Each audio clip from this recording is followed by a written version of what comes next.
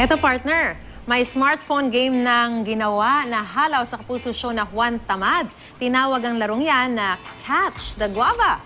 Simula bukas, madadownload na sa Android phones ang nakakaaliw na game. At tulad sa show, kailangan ma-impress ang love interest ni Juan Tamad gamit ang skills ng player. Yan ang balitang hatid ni Katati Bayan.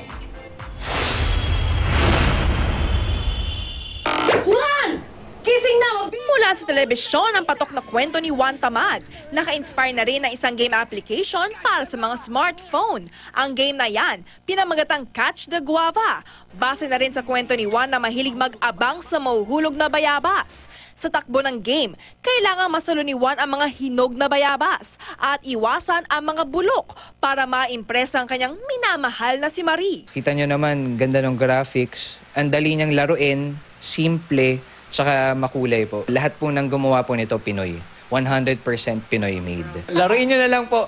Sa linggo, kasabay na episode ng Juan Tamad, ay available na rin for download ang Android version ng game na ito.